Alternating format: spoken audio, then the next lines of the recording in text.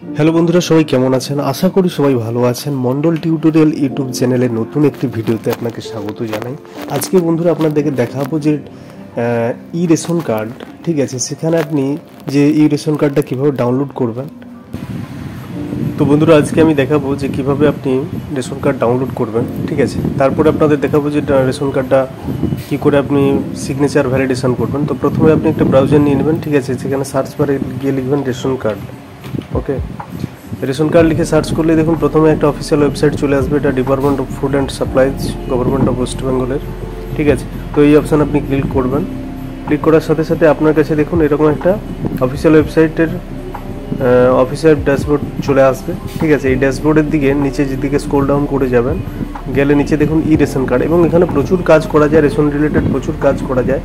আমি আপনাদের পরপর ভিডিওগুলো দেখাবো যে এখান থেকে কী কী কাজগুলো আপনি করতে পারেন। আজকে যেটা দেখাবো খুবই সিম্পল, ই রেশন কার্ড কীভাবে ডাউনলোড করবেন। তাহলে ই রেশন কার্ড ডাউনলোড করতে গেলে আপনাকে এখানে এসে এই ছকের উপর ই রেশনে ক্লিক করতে হবে, ঠিক আছে। করার সাথে সাথে আপনার কাছে এরকম অপশান আসবে, click here to download E ration card. এই অপশানে চলে যাবেন, ক্লিক করুন। এখানে বলছে রেশন কার্ড নাম্বার, ঠিক আছে।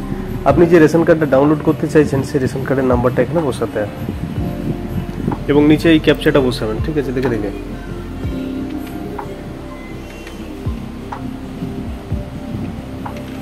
দিয়ে আপনি এখানে সার্চ করবেন। সার্চ করার সাথে সাথে দেখুন এখানে আপনার রেশন কার্ডের পুরো আপনার ফ্যামিলি যা রেশন কার্ড আছে সবই দেখাবে, ঠিক আছে। আপনি কি করবেন, তো এখানে গিয়ে আপনার রেশন কার্ডে পুরো লিস্ট চলে আসবে। এখানে আপনার কাছে দুটো ওটিপি পাঠানোতে হবে, দুরকমভাবে পাঠানো যায়। এক তো আপনি আধার কার্ডের সাথে যে ফোন নাম্বারটা জয়েন আছে তাতে পাঠিয়ে আপনি ডাউনলোড করতে পারেন, আর দ্বিতীয়ত আপনি আপনার রেশন কার্ডের সাথে যে ফোন নাম্বারটা জয়েন রয়েছে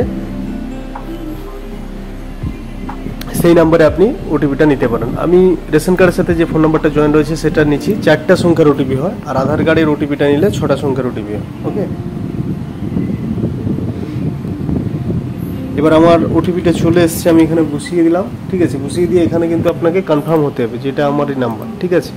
তো আপনার কাছে দেখুন এরকম অপশান চলে আসবে, আপনি এখান থেকে সহজেই কিন্তু রেশন কার্ড ডাউনলোড হয়ে যাওয়ার পর, ঠিক আছে, আজকে মেন টপিক হচ্ছে সেটাকে কি করে সিগনেচার আপনি ভ্যালিডেশন করবেন, ঠিক আছে। তো ফটোশপের মাধ্যমে অ্যাডোবি যে অ্যাক্রোবেট রিডার রয়েছে সেখানেই সিগনেচারটা ভ্যালিডেট করতে হয়। দেখুন এই পাশটা সিগনেচার ভ্যালিড রয়েছে, এই দিকটা ভ্যালিডেট নেই। এটাকেই আজকে আপনাদের দেখাবো যে কিভাবে আপনি এই জিজ্ঞাসা চিহ্ন থেকে এটাকে টিক চিহ্ন আনবেন।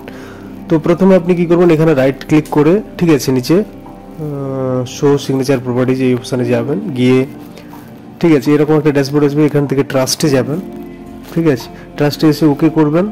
এই চেকবক্সে টিক করে 3টে যে চেকবক্স আসবে পরপর 3টেতেই টিক চিহ্ন করবেন, ঠিক আছে। করে আপনি ওকে করে দেবেন।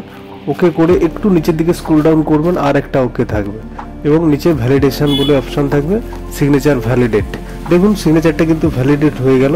এইভাবে চাইলে আপনি একটা রেশন কার্ডকে আনভ্যালিডেশন সিগনেচার থেকে সিগনেচার ভ্যালিডেট করতে পারেন, আর তারপর এটাকে আপনি প্রিন্ট করে নেবেন, ঠিক আছে।